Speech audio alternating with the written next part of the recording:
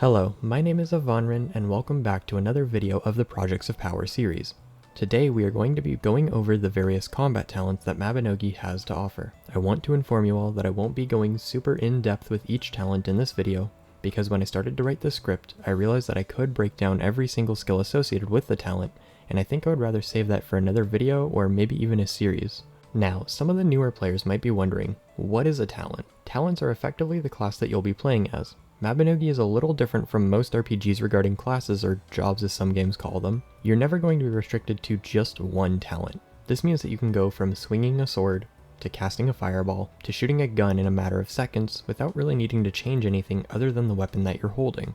You are also not going to be locked into using just one talent during any kind of content in the game.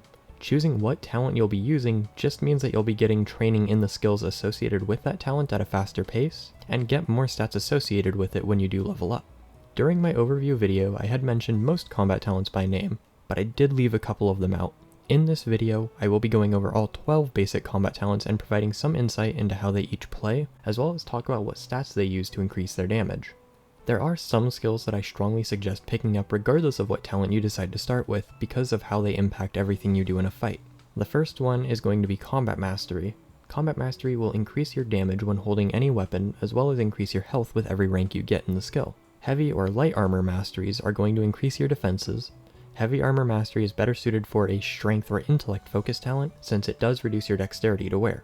Critical Hit is a passive skill that's going to increase your damage when landing critical hits, and since every talent is capable of landing a critical hit, it's a must-have skill for any fighting. Defense is also an important skill to train, because even if you don't intend to get close in a fight, there are enemies that do use ranged attacks, and this will still provide you some level of defense against those attacks. With those skills in mind, let's take a look at our first talent on the list.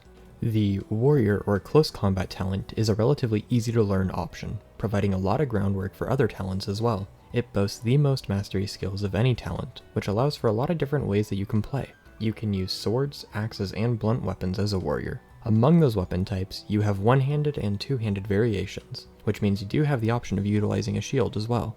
When playing as a human, you can dual-wield swords, and as a giant character, you can dual-wield blunt weapons. Unfortunately, there is no way for elf players to dual-wield, but they do get some unique benefits with the Archery talent instead, which I will go over a little bit later. The Warrior talent also has the Combat, Light, and Heavy Armor Masteries, which are all essential to survival with any talent. Warriors are going to want to focus on increasing their strength and dexterity to improve their damage. There is no right or wrong way to play a warrior, so try each weapon type out and see which one you stick with. The next talent we'll be talking about will be the Magic talent. Mages have always been really popular in any online game that I've played, and Mabinogi is no different in that regard. One way that magic is different in Mabinogi compared to other games is the way that magic gets cast.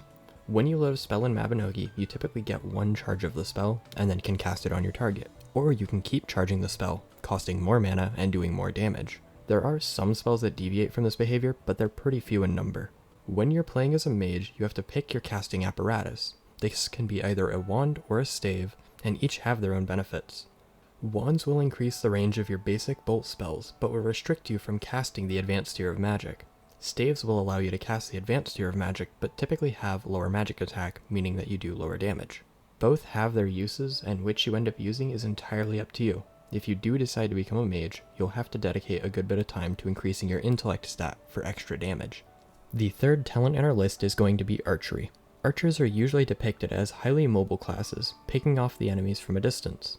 Mabinogi's Archery is a little bit slower than that, having you take a moment to aim and fire before you can do any damage. Archers have two main weapons to work with, those being bows and crossbows. Bows typically have a larger range but can do less damage than their counterpart. Crossbows tend to have slightly higher damage, lower range, and extra armor-piercing capabilities. One downside to the Archery talent is that giants can't actually become archers. Instead, they get an additional skill for close combat called Throwing Attack, which utilizes an atlatl and throwing javelins. It is worth mentioning that most archery skills will require you to stop moving entirely to shoot. Elves, however, can use their basic attack while running, as well as fire 2 arrows at once with that skill, allowing them to be much more mobile and dangerous than their human counterparts. It is also important to bear in mind that archers will not want to be wearing any heavy armor, since it will reduce their dexterity, which will be the stat that governs your damage. Our fourth talent is going to be the Fighter or Martial Artist. The Martial Arts talent is a close-ranged, fast-paced fighting style, allowing you high mobility and a lot of combo potential. Martial artists are restricted to using knuckles as their weapon type and are typically best in one-on-one combat situations, because most of the skills can only target one enemy at a time. However, there are a lot of party-friendly capabilities from the martial arts skills, such as disabling an enemy's ability to cast magic, lowering their defenses, and holding them in place. Human and elf players should know that when aspiring to become a martial artist in Mabinogi, you'll want to refrain from using heavy armor, because at low ranks you won't be able to use all of your skills, and once you can use those skills, their damage is going to be significantly reduced. Martial artists are going to want to focus on increasing their will when leveling up to increase their damage. The 5th and 6th talents are going to be spoken about together since they're tied so close to one another. The Battle and Transmutation Alchemy talents will fight by consuming alchemy crystals launched through arm-mounted cylinders to produce magic-like effects. Alchemy crystals can be rather expensive to obtain in bulk, especially in the early game, but the alchemy skills are very powerful and can provide a variety of support effects, such as freezing or blinding enemies. Combat alchemists are going to learn almost all of the damage-dealing skills for alchemy. Transmutation alchemists, on the other hand, will learn a variety of non-combat skills, with a handful that can do damage. Several of the non-combat skills you learn with Transmutation alchemy can still benefit you in combat. Usually people end up training both when starting with one or the other, due to the fact that they play off of each other very well. Alchemists will want to focus on bolstering their health, mana, and stamina reserves to give them increased damage with their alchemic endeavors. The 7th talent in the list is my personal favorite, the Puppeteer.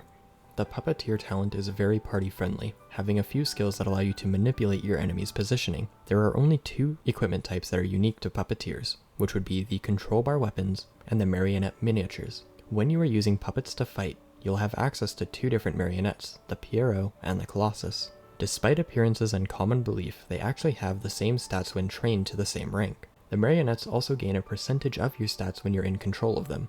Because the marionettes are something that you summon to the fight, you will have to be mindful of their health bar. Once a marionette has been downed, it takes a moment to repair it with a marionette repair kit, leaving you open to being attacked. Since Puppeteers use dexterity and strength for increasing their damage, it is recommended to use light armor so you don't lose any of your dexterity, but you can still do decent damage while wearing heavy armor if you do need the extra defense. The 8th talent on the list is going to be the lance-wielding knight. Knights are a common trope for fantasy games, but Mabinogi's take on knights is rather specific, utilizing a lance as a weapon instead of a sword and shield. Playing as a knight can be a little tricky since there is a sweet spot that you have to aim for. The lance weapons have a mechanic that reduces the damage dealt the closer you are to your enemy. In spite of using a heavy lance, you do have a few mobility skills to help you with getting to the correct range. A handful of the knight skills will also cross with warrior skills, meaning you're likely to have both the warrior and knight skills trained. It is worth noting that elves cannot become knights. Humans will have to use a lance with 2 hands, and giants are capable of using them alongside a shield. Knights are going to want to focus on increasing their strength to get increased damage with their weapons. The 9th talent in our list is going to be the Gunslinger. As a gunslinger, you get some incredible mobility skills and fight with a pair of guns. Because you are going to be using guns, ammunition is a top concern. You'll want to make sure that you're not putting yourself in a dangerous position since running out of bullets in the middle of a fight can leave you vulnerable while you have to reload. Maneuvering around your enemies and landing high damage hits tends to be a strong suit for gunslingers. If you happen to run out of ammunition and don't have time to reload, there is one skill which can give you unlimited ammunition for a short duration, allowing you to quickly take down enemies if you find yourself in a tight spot. Due to how rapid fire Gunslinger can be, you'll want to make sure you're increasing your strength and intellect to increase your damage output. The 10th talent in the list will be the Ninja. If you like the idea of placing traps on a battlefield, the Ninja talent might be what you're looking for. Ninjas in Mabinogi have a few different debuffs that they can apply, such as slowing or binding enemies and lowering their defenses. As a ninja, the weapon that you'll be using is a large shuriken that comes with an offhanded kunai.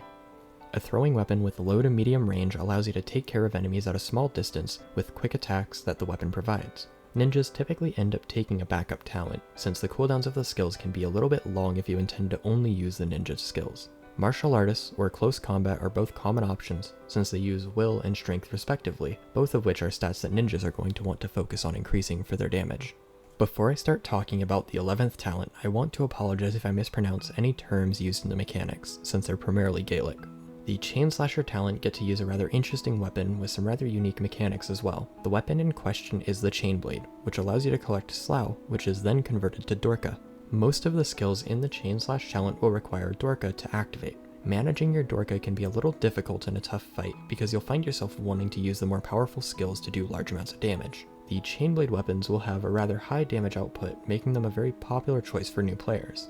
and the skills make it very easy to group your enemies together. I would argue Chain Slash is actually best used when playing solo, as most of the skills will leave enemies invulnerable for a short period of time after they're used. Because Chain Slash relies primarily on dexterity for damage, with a little bit of luck as well, wearing heavy armor is ill-advised. The last talent on the list is the Bard talent. The Bard talent is classified as a combat talent by Mabinogi itself. However, there are only 2 skills that can actually do any damage. The remaining skills the talent has to offer are for supporting allies and hindering your enemies in combat. One of the cool things about the Bard talent is that there are a lot of different instruments that you can use. There are also magical music scrolls for playing music that can provide some interesting effects as well, whether they be positive or negative for your party. Because there's only 2 skills that do damage, there's not really a specific stat to focus on for bards, other than just strength to better use whatever you happen to be holding in your hand. That will conclude the list of all 12 combat talents that Mabinogi has to offer. I will now go over what each talent uses for increasing their damage once more. I will also put it on screen so it's easier for you to follow along. Warriors will benefit from strength and dexterity. Mages will benefit from increased intellect. Archers will benefit from increasing their dexterity. Martial artists will benefit from increasing their will. Puppeteers will benefit equally from both strength and dexterity. Knights will benefit from strength exclusively. Gunslingers will benefit equally from both intellect and strength. Ninjas are going to benefit from will and strength. Chain Slashers will benefit primarily from dexterity, but luck does add a little bit of damage as well. And both Battle and Transmutation Alchemists will benefit from having a large health, mana, and stamina pool. I do want to take a moment to acknowledge that maybe the first talent you choose isn't what you end up liking. Maybe using a lance to be a knight isn't your style, or you don't like the way that magic feels in Mabinogi. Don't forget that there's nothing wrong with trying a new talent out to see if you like it. Mabinogi will not punish you for trying something new. In fact, because you get stats when you train different skills, you're actually rewarded for trying new things. I strongly encourage you to experiment, try stuff out, and live your fantasy life. If you have any questions, feel free to ask in the comments below. Either I or another fellow Militian would be happy to answer. Please like and subscribe if you are wanting to see more content relating to how you can get stronger in Mabinogi. Thank you for watching until the end, and I'll see you again in the next video.